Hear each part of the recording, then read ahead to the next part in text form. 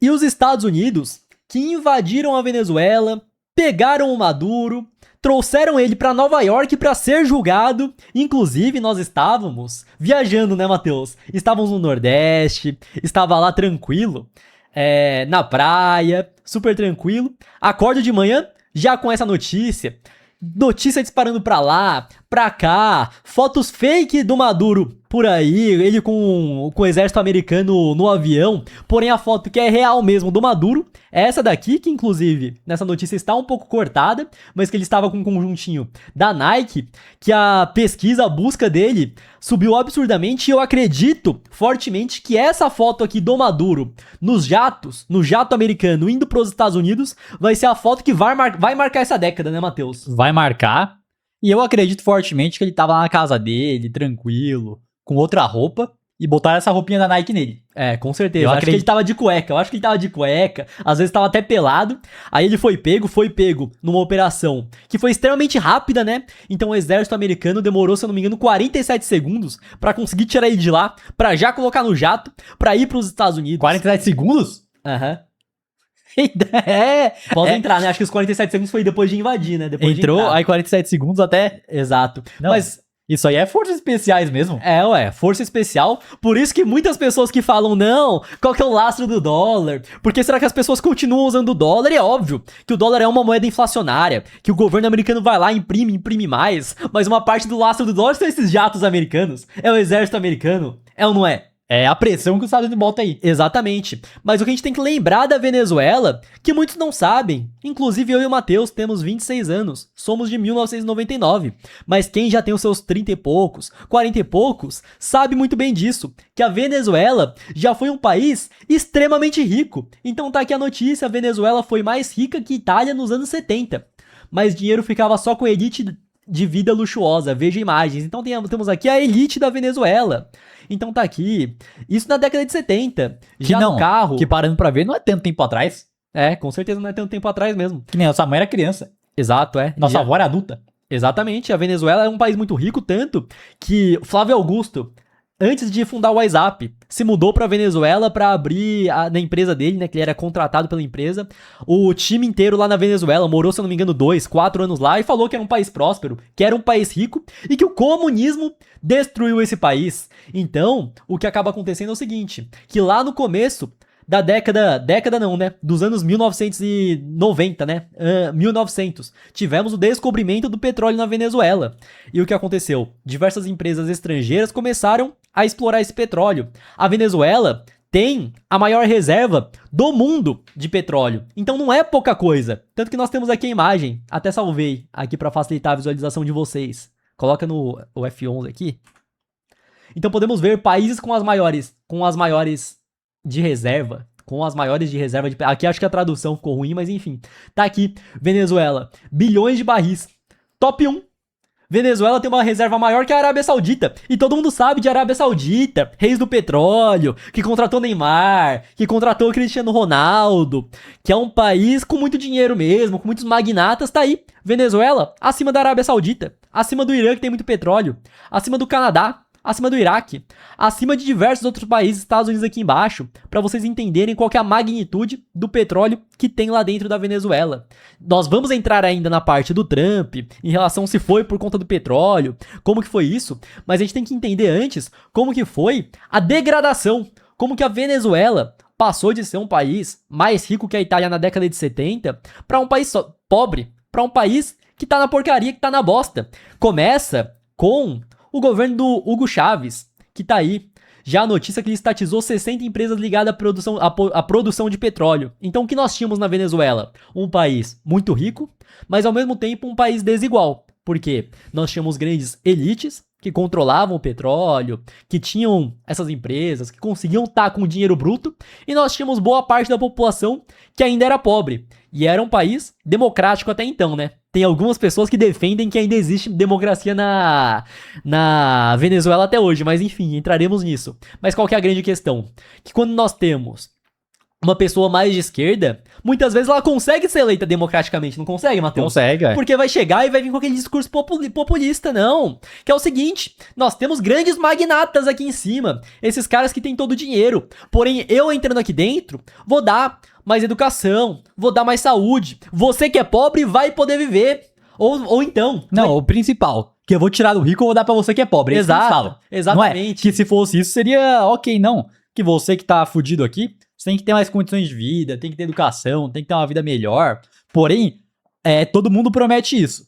Agora, a dúvida é o seguinte, como que isso vai ser atingido? Enquanto uns dizem que vão tirar dos ricos para dar pros pobres, outros dizem que através de mais liberdade, através das pessoas poderem se relacionar, poderem fazer trocas, o mundo vai melhorar. Exatamente. Então o que acabou acontecendo foi que com esse discurso de que você, agora pobre, vai ter, que o rico não vai ter mais, que o Chaves foi eleito em 1998 e foi eleito democraticamente. Isso aí realmente aconteceu. Então tá lá o Chaves, que realmente era um cara extremamente popular, era um cara que falava muito bem, inclusive, na minha visão, parecido com outro camarada que nós temos aqui no Brasil, que falava muito bem, que conseguia se comunicar com os mais pobres, que foi lá. E o que acabou acontecendo? A Venezuela era um país já em 98 que dependia muito do petróleo. Então 95% da sua economia dependia do petróleo. Ou seja, a partir do momento que nós temos uma economia de um país inteiro dependendo unicamente da extração de um único recurso,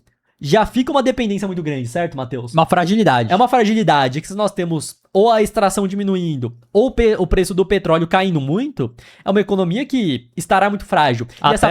Até mesmo você para pra ver Dubai, Arábia Saudita, tem muito petróleo, vai durar durante muito tempo ainda, mas eles sabem que uma hora vai acabar, então investindo em turismo, investindo aí nessas ilhas artificiais, pra ser um negócio bacana pra galera querer visitar, querer movimentar a economia, pra conseguir manter no futuro. Exato. Mas o Chaves, assim que ele assumiu, ele veio com a estatização das empresas petroleiras, ou seja, ele tinha as empresas que extraíam petróleo, que eram privadas, que as pessoas estavam buscando a eficiência e o lucro, e passam a ser somente empresas estatais, a grande maioria. 60 empresas. Imagina o seguinte, 60 empresas. 6 dezenas de empresas que tinham a sua principal fonte de receita, a sua principal forma de ganhar dinheiro, a extração do petróleo, sendo estatizadas. Assim que ele fez isso, para a população foi maravilhoso. Por quê? Porque nós tivemos as empresas que eram privadas, agora são estatais, agora vai ter mais dinheiro, aí começa a inchar a máquina pública, aí começa a distribuir cada vez mais auxílios, aí começa a jogar cada vez mais esse dinheiro para a população, mas não diversificando as suas formas de receita. Que é isso que, querendo ou não, um país que a maior parte é petróleo deveria fazer, né, Matheus? Até os Estados Unidos. Lá atrás era indústria, porém eles diversificaram para serviços, e hoje é mais serviço do que indústria. E diversificaram para serviços, depois vieram empresas de tecnologia, os maiores cérebros foram para lá. A partir do momento que nós temos as empresas da Venezuela sendo estatizadas e não tendo essa diversificação somente, não, vamos extrair o petróleo aqui, vamos aumentar a máquina pública, vamos extrair, vamos distribuir mais auxílio. A população vai ficando feliz, porque tá tendo uma prosperidade momentânea maior, não, que agora tá tendo mais prosperidade, que agora aquilo que eu não conseguia fazer, eu posso fazer realmente, mas se você não capacita essa população a ser economicamente ativa, vira somente dependente do Estado, aumenta essa fragilidade, certo, Matheus? Inclusive o que está acontecendo no Brasil através do Bolsa Família, né? Exato, pode ir com calma pra falar aí. Pode ir com calma, vai com calma. Então, o que acabou acontecendo foi isso. Ele foi lá, estatizou, foi distribuindo cada vez mais, tudo tranquilo, tudo bacana. Mas aí, alguns anos depois, nós tivemos crise de 2008. Um pouco depois, nós tivemos o preço do barril do petróleo despencando, indo muito abaixo. Então temos aqui o gráfico do preço do barril de petróleo. Aí tá aqui 2010, 2015, ele vai lá pra baixo. Primeiro que antes da crise de 2008 tava lá em cima e despencou fortemente. Exato, aqui. Em 2008 já despencou, porém ele recuperou rapidamente, né? Que veio o Banco Central americano, injetou mais dinheiro na economia, fez com que voltasse aí pra cerca de 100 a 120 dólares o barril. Porém, lá em 2015... o barril foi de 120 dólares para 50 dólares, caiu mais de 50%. E nessa hora que nós tivemos junto com isso, exatamente, a saída de Chaves e a entrada do nosso presidente atual, do nosso talvez presidiário atual, Maduro. Nosso não, lá da Venezuela, que meu não é nada. O seu é o Lulinha, né? O Meu painho. É o painho. Porém, nós tivemos agora uma grande reviravolta que muitos não sabem. Onde nosso presidente Lula é parceiro, tá junto com o nosso camarada aí, nosso companheiro da Venezuela, que inclusive ajudou a sua eleição, né, Matheus? Exato, porque o Hugo Chávez era muito popular, realmente os venezuelanos gostavam muito dele, porém Hugo Chávez não tinha Esse carisma todo. apelo popular tão grande. E para conseguir embarcar o Maduro pós Hugo Chávez, teve que ter um empenho grande. Ainda mais que Não foi fácil. A Venezuela já estava começando com a sua deteriorização. Nada próximo do que vai se tornar com ele, mas estava começando. Porém, nós tivemos apoio aí do nosso presidente Lula, do nosso painho. Veremos agora o vídeo do nosso companheiro, nosso parceiro Felipe Dantas explicando mais o caso, né, Matheus? Porque muita gente fala que o Brasil foi responsável pelo pesadelo venezuelano. Antes de Nicolás Maduro, quem comandava a Venezuela era Hugo Chávez. Mas quando Hugo Chávez morreu, a Venezuela precisava de um novo presidente. Só que Nicolás Maduro, que era o sucessor de Chávez, não tinha o mesmo carisma, não tinha o mesmo apoio. Quase ninguém acreditava que ele iria vencer a eleição. Foi aí que entrou em cena Luiz Inácio Lula da Silva. Lula gravou um vídeo de campanha para Nicolás Maduro. Uma frase resume tudo o que somos. Maduro, presidente. É a Venezuela que Chávez sonhou. E esse não foi um Aí, apoio ainda qualquer. puxa o Chávez, né? A Venezuela que Chávez sonhou.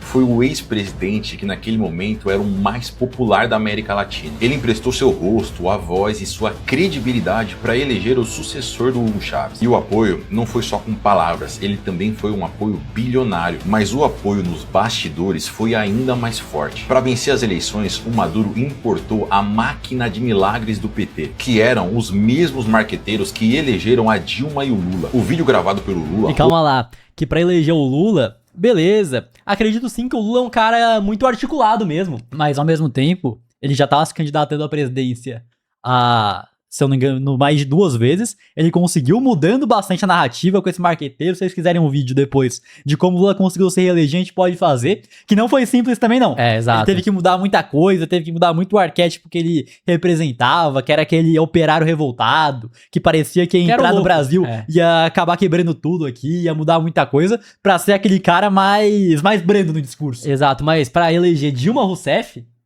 aí o marqueteiro foi forte mesmo, junto com o apoio do Lula.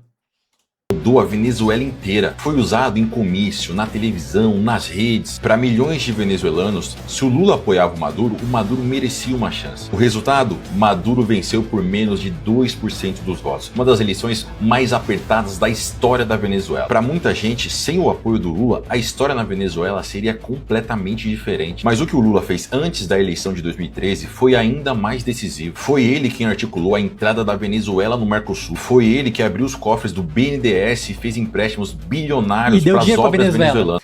É isso aí, que eu vou pegar o dinheiro aqui do BNDES do Brasil, vou dar juros subsidiado baixíssimo pra dar pros caras. Tudo construído por empreiteiras brasileiras que depois caíram na Lava Jato. Com todo esse apoio, o Maduro assumiu o poder. E o que veio depois foi um desastre que muita gente acredita que o Brasil ajudou a criar. A Venezuela deixou de ser um país e virou um escritório do crime. Narcoterrorismo, corrupção, tráfico de drogas. Maduro anulou o poder do Congresso e tomou o controle do Supremo. A Venezuela começou a desmoronar. A inflação chegou a 1.000.000%. A produção de petróleo despencou. Hospitais ficaram sem remédios. Supermercados ficaram sem comida. Em certo momento, 95% da população vivia na pobreza. Isso fez com que quase 8 Tem muita gente que fala, não, que tem que ter mais igualdade, que eu prezo pela igualdade. A igualdade do comunismo é isso aí, é todo mundo pobre. Exato, na miséria, né? Milhões de venezuelanos fugissem do país. Muitos vieram para o Brasil, fugindo de um regime que o próprio Brasil ajudou a colocar no poder. E quem ousava investigar ou até mesmo questionar era perseguido, torturado e reprimido. O mundo inteiro tratava a Venezuela como uma ditadura. Maduro foi acusado de crimes contra a humanidade. Mas aqui é onde a situação fica ainda mais perturbadora. Depois de tudo isso, dava para dizer que o Lula se enganou. O Maduro ficou maluco, perdeu o controle, ninguém poderia prever. Só que chega 2023 e o Lula volta ao poder no Brasil. Em uma atitude assustadora, Lula estendeu o tapete vermelho para Nicolás Maduro entrar no Brasil. Quantos anos vocês passaram ouvindo dizer que o Maduro era um homem mau. E pra piorar, Ai, como ele ele é chamou a bonzinho, né? Até a gente atrás lá rindo à toa. ditadura da Venezuela de narrativa e disse que democracia é algo relativo. Aí eu te pergunto, meu amigo, relativo pra quem? Imagina um venezuelano que teve que fugir do seu país para não passar fome, vendo o presidente do Brasil chamar a situação de narrativa. E o Lula não parou por aí. Ele foi pessoalmente negociar com o governo Biden para retirar sanções em troca de um processo democrático na Venezuela. E esse plano deu certo. O Biden suspendeu as sanções contra a Venezuela. Estranhamente, tudo parecia que estava dando certo. Até que quem tomou um golpe foi o Lula. Em 2024, chegou a hora do Maduro cumprir o acordo de fazer uma eleição democrática. Só que o Maduro percebeu que ele seria removido do poder pelo povo venezuelano. E foi aí que ele transformou esse processo democrático em mais uma farsa que o mundo inteiro acompanhou. Depois disso, nem o Lula conseguiu defender essa fraude e o governo americano voltou a colocar sanções na Venezuela. Hoje, a Venezuela deve mais de 10 bilhões de reais ao Brasil. O ditador Maduro pode passar o resto da vida na prisão e pela primeira vez em muitos anos, os venezuelanos finalmente voltam a ter esperança que o país pode ser livre. Sabendo de tudo isso, eu me pergunto, será que ainda tem alguém que defende o que aconteceu na Venezuela? Se sim, eu gostaria de ver o seu comentário explicando o porquê. E é claro que o que eu te mostrei aqui, dificilmente você vai ver na televisão. Por isso, não esquece de deixar um like e seguir esse perfil para avisar o algoritmo. E aproveita e segue lá, mas o grande ponto que acaba sendo o seguinte, Maduro foi lá, conseguiu a sua eleição democraticamente. A primeira. 2014, a primeira em 2014. Mas vocês viram que em 2014, 2015, já chega a grande queda no preço do barril do petróleo e a Venezuela, a partir do momento onde ela depende basicamente, unicamente do petróleo como fonte de renda e ao mesmo tempo não investiu em outras áreas e começou a aumentar a máquina pública, começou a distribuir mais auxílios, não fazendo a população ser economicamente independente, o que acabou acontecendo? O preço do barril de petróleo despencou, o que a Venezuela tinha caiu mais do que pela metade, mas o gasto diminuiu. Algo parecido com o quê? Algo parecido com O gasto aumenta. com as terras tupiniquins. Exato. E aí o que acaba acontecendo quando nós temos um gasto que se mantém, que continua aumentando e a receita caindo? O que o Maduro pensou? Calma lá então. Pra resolver tudo isso eu vou começar a imprimir dinheiro, né? Olha só que coisa boa. Eu vou começar a imprimir dinheiro, vai que vai, imprime mais, imprime mais. E já em 2015 nós tivemos já uma inflação extremamente elevada. Descontrolada. 2016 pior ainda, 2017 pior ainda, 2018 pior, 2019 que foi o pico. Foi o pico onde nós encontramos aí uma inflação realmente absurda, passando aqui dados oficiais e a estimativa, né? Que o oficial é uma coisa, a estimativa já é 200 mil%. E aí é onde nós temos, cadê? Ah não, acho que é na outra notícia. Onde nós temos as imagens dos produtos comparado com o dinheiro da Venezuela. Então daqui. Isso aí é 2018 ainda. 2018, não era nem 19. O fotógrafo mostra a montanha de dinheiro necessária para comprar itens básicos na Venezuela. Porque a partir do momento que nós temos uma impressão desenfreada do dinheiro e sem ter... Na verdade, sem imprimir o dinheiro, você tá diluindo o povo, a realidade é essa. Só que quando nós temos uma impressão ainda maior para conseguir manter esse gasto público, é isso que acontece. É hiperinflação. Então tá aqui para comprar um frango, o quanto de dinheiro você precisa. Pilhas e pilhas de dinheiro. O ponto é que quando tem um ganho de crescimento econômico e de produtividade, é que a realidade é que o preço das coisas tinha que ficar mais barato. Exato. Porque aumenta a produtividade. Porém, a inflação acaba ficando diluída naquele meio ali, não fica tão à vista. O aumento dos preços, né? Exato. O aumento dos preços. O aumento dos preços acaba ficando mais baixo por conta de que era pra ficar mais barato, ficou mais caro, mas não tão mais caro. Sim. Agora, se você tem imprime dinheiro, a economia tá retraindo, aí vira essa bola de neve toda. Então nós temos aqui do frango. As pilhas e pilhas de dinheiro para se comprar. Nós temos do papel higiênico, que com o volume de dinheiro dá para limpar mais a bunda do que com o próprio papel, né? Dá mesmo. Aí nós temos para comprar um pouco de cenoura e o tanto de dinheiro que você precisa, sendo que nós tivemos uma escassez de recursos e ao mesmo tempo racionamento. Então você não poderia ir no mercado e tem esses produtos para comprar, nem o produto você conseguiria comprar. Então essa que é a grande questão da Venezuela. Aqui nós temos o saco de arroz, a quantidade de dinheiro. Nós temos aqui o que é isso aqui? Absorvente. Melhor absorver o sangue com o dinheiro mesmo. Aí ó, já bota lá nas partes aí das mulheres. Aí vai pegar doença, né? Aí temos o tomate, temos aqui acho que é queijo, né? O queijo, pacote de fralda, aqui também, mas é fácil botar na criança o dinheiro. E temos a carne. Então é isso que acabou acontecendo na Venezuela. Então, a partir do momento que eles estatizaram tudo. Depois ainda, eles desapropriaram, eles basicamente roubaram as empresas que estavam lá. Então temos aqui, por exemplo, cadê? Mais pra trás. Aqui. Diversas empresas como a GM deixam de operar na Venezuela depois de ter a fábrica confiscada pelo governo. Então, além de ter a impressão desenfreada, além de ter a estatização das empresas de petróleo, diversas outras empresas foram roubadas. Desapropriaram. O governo foi lá e roubou essas empresas. Não, o que você tem aqui não é mais seu. E aí essas empresas tiveram que sair da Venezuela. E é por conta disso que você, no Brasil, não deve ter todo o seu dinheiro somente em reais, né, Matheus? Exato. Eu vejo que o Brasil chegar no patamar que a Venezuela chegou acaba sendo não tão simples assim, porém o venezuelano que tinha dinheiro fora do Brasil, que tinha dinheiro em dólar, que tinha investimento no exterior, ficou muito mais tranquilo. Porque pensa o seguinte, o cara que era milionário na Venezuela, antes da hiperinflação, se ele manteve todo o seu dinheiro somente na moeda deles, esse cara não tem mais nada. Até o cara que tem imóveis, que tem bens da economia real. Se a economia colapsa, as pessoas não estão dispostas a pagar o mesmo preço. Exatamente, você tem imóvel lá. Eu vou mostrar pra vocês, mas 7 milhões ao longo desse período de venezuelanos saíram de lá. O imóvel vai valer a mesma coisa se 7 milhões saíram? E é por isso que você deve proteger o seu patrimônio e ter parte no exterior. O venezuelano que tinha parte do dinheiro no exterior tá muito mais tranquilo. E conseguiu fugir de boa. Exato, e conseguiu fugir de boa. Então tá aqui, ó. Faremos uma imersão gratuita dia 28 de janeiro às 20 horas, que é o colapso do real. Temos aqui a perda do poder de compra do nosso real. A perda do poder de compra do nosso real, que foi a moeda mais bem sucedida da história do Brasil, que hoje, esse ano de 2026, vai completar 32 anos, mas mesmo assim, sendo a moeda mais bem sucedida, em 1994, quando surgiu o Plano Real, tá aqui 100 reais, tem o poder de compra de 100 reais. Hoje, os 100 reais de 94 tem o poder de compra de 11,60.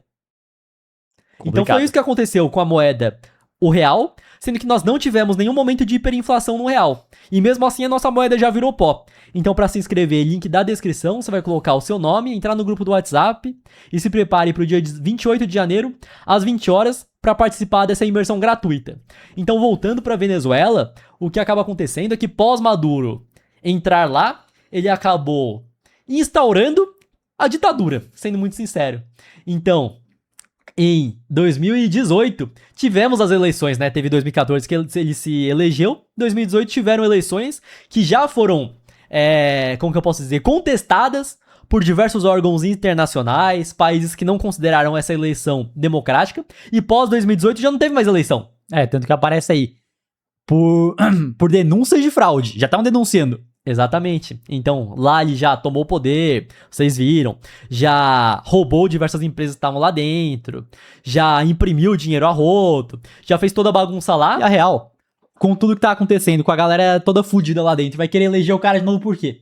Exatamente. E aí nós não tivemos eleições novamente até 2024, onde tivemos as eleições por conta, vocês viram, do nosso painho Lula, que foi lá, negociou com o Biden, né, que na época era o Biden o presidente, pra tirar as sanções, tendo eleições lá. Então Maduro, não, vai ter eleição agora. Mas aí na hora que teve eleição, vocês sabem muito bem o que aconteceu, né?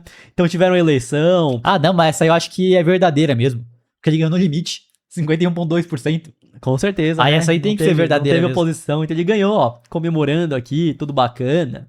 E a realidade é que eu vou ser muito sincero, que os Estados Unidos invadirem a Venezuela, pegarem o Maduro, não é somente, que eu quero defender o povo venezuelano. Que a realidade é que os Estados Unidos estão preocupados com quem? Com eles mesmos. Mas tanto que os Estados Unidos fazem comércio com países que são autoritários, que não tem democracia, que não tem nada disso. Mas acredito eu que fortemente tirar o ditador de lá, tirar o Maduro, que não tá nem aí pra população, que no final das contas, acredito fortemente sim, que teve narcotráfico, ele era um procurado por ser um terrorista mesmo, a realidade é essa. Mas tanto que, o Renan não pegou aqui, mas tem a lista de crimes que o Maduro cometeu pra ele estar sendo julgado nos Estados Unidos. Uhum. Que não é, não, que pegaram o presidente lá e estão mandando embora por causa de pouca coisa. Não, tem a lista de crimes extensas que ele cometeu, não é pouca coisa, não. Tanto que nós tivemos, em 2025 mesmo, os Estados Unidos já bombardeando o navio com droga da Venezuela. Já atrás, já dava pra ver que os Estados Unidos estavam agindo. Eles colocaram uma recompensa de 50 milhões de dólares pela prisão do Maduro. E não era somente, 50 milhões de dólares se você prender ele. Não, se desse informações relevantes pra sua prisão. Tanto que eu acredito fortemente que tivemos pessoas que deduraram que estavam lá dentro pra conseguir facilitar essa invasão dos Estados Unidos, pra conseguir, em pouquíssimo tempo, tirar ele e colocar ele pra Nova York, né, Matheus?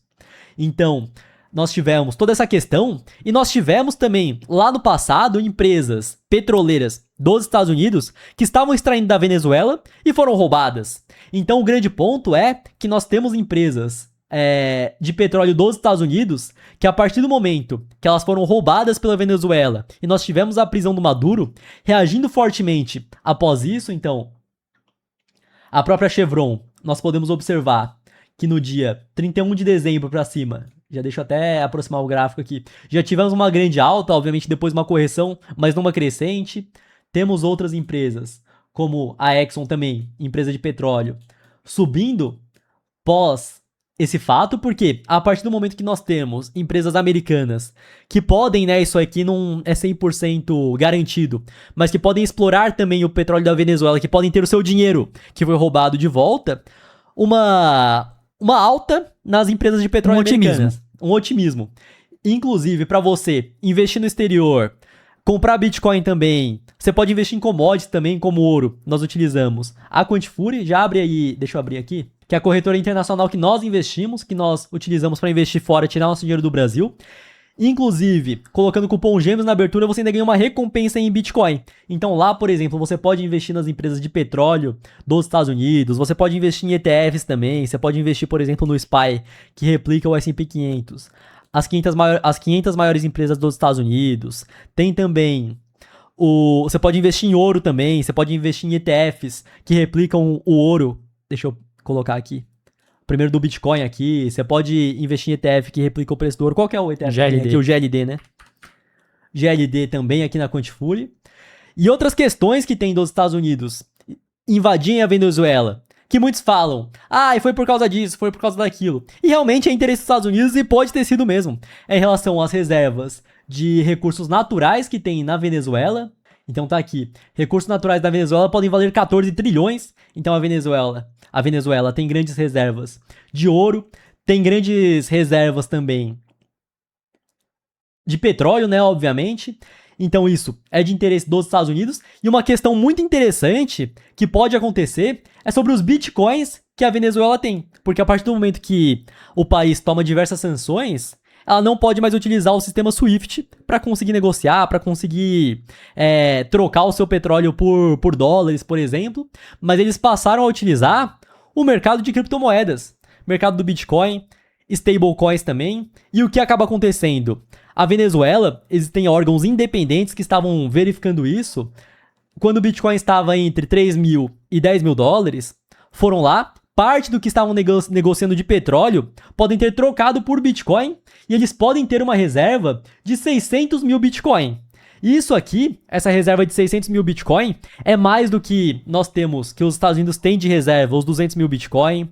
É próximo do que a BlackRock tem, só que quando a BlackRock tem são as pessoas, né? Porque é através do ETF. E é próximo também do que a MicroStrategy tem em Bitcoin. Então, caso os Estados Unidos consigam as chaves, né? Que isso acaba sendo algo mais complexo, né? Porque se ninguém que tem essas chaves lá na Venezuela passarem para os Estados Unidos, eles não vão ter acesso. E aí são bitcoins que vão ficar congelados, certo, Matheus? Exato. Porém, outro ponto que acaba acontecendo nesse momento é o seguinte: tiraram Maduro de lá, mas tem as lideranças, tem o exército, tem as pessoas que ficaram lá que estavam de acordo com o que o Maduro implantava lá dentro. Então acaba não sendo uma situação tão simples assim de entender o que vai acontecer depois disso. Então os Estados Unidos chegam e falam, não, que a partir de agora a gente vai comandar a Venezuela e vai liberar quando tiver tudo certo aqui, quando realmente for um governo democrático. Tem que ver o que vai acontecer, porque pode ser que os sucessores do Maduro vão lá e tomam o poder, né? É uma situação muito delicada. Então, por mais que o principal, o Big Boss lá, o chefão, tenha sido preso, ainda tem todo o desenrolar que pode ser diferente daqui pra frente. Que ele não instaurou a ditadura sozinha. Exato. Sozinho. Não era ele que dava a cartada final lá, ele que dava a última palavra, mas ao mesmo tempo tinha gente que trabalhava pra ele lá, que agora vai querer comandar a Venezuela. Exatamente. Mas em relação ao Bitcoin, o que pode acontecer? Se os Estados Unidos conseguirem a chave desses Bitcoin, eles vão ter duas opções. Ou eles vão vender esses Bitcoins, igual, por exemplo, aconteceu com a Alemanha, que vendeu os Bitcoins apreendidos, e isso causou um pânico no mercado, causou uma queda. Ou até mesmo, se eles conseguirem essas chaves, eles podem falar, não, que a gente vai integrar isso na reserva americana. E aí isso vai ser extremamente positivo. Ou até então eles podem conseguir essas chaves e não falar nada pra ninguém também, né? Exato. E além disso, muito se fala do preço do petróleo. Porque se eles voltam a produzir com uma escala grande na Venezuela, isso pode baixar o preço do barril de petróleo, o que é bom para a inflação também. Porém, acaba que se o preço do barril de petróleo se torna mais barato, atrapalha as empresas petrolíferas. Então você pega uma Petrobras, uma PetroRio, o que pode sim ser negativo.